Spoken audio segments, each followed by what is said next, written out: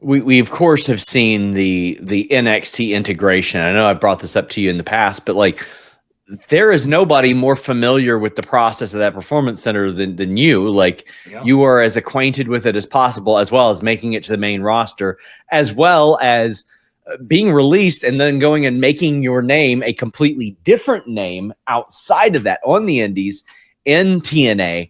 So, I mean, you have a unique perspective there as well.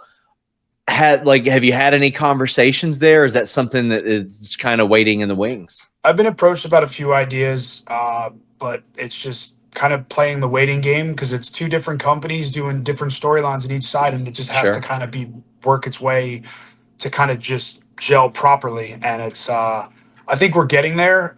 It would mean so much to me to walk in there representing TNA into the NXT Performance Center, or I forget what they call it now, but to me, it will always be the Performance Center, just because I spent so many years in there. But to walk in there representing TNA, being the international champion, and to just stand there without having to say a word and just smile, knowing like I don't know. It would be a really great feeling and a full circle moment, and would just mean a lot for me in my career.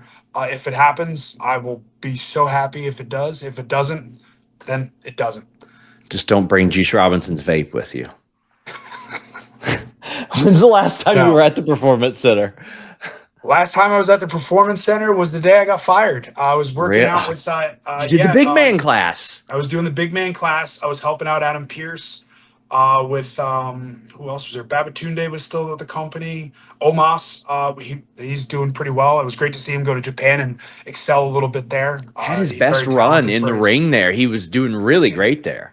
Yeah, that was the day, and then I got the call later on that night because I missed a phone call from Carano, and then later on that night, I got the call saying, "Hey," I'm like, "Oh wow," and then I looked at my wife, I was like, "Yep, getting fired."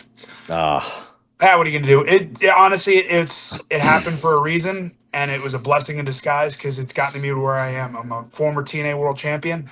I'm the first ever TNA International Champion in history, with the names of Kurt Angle and AJ Styles of being the first champions in TNA company Yes. history.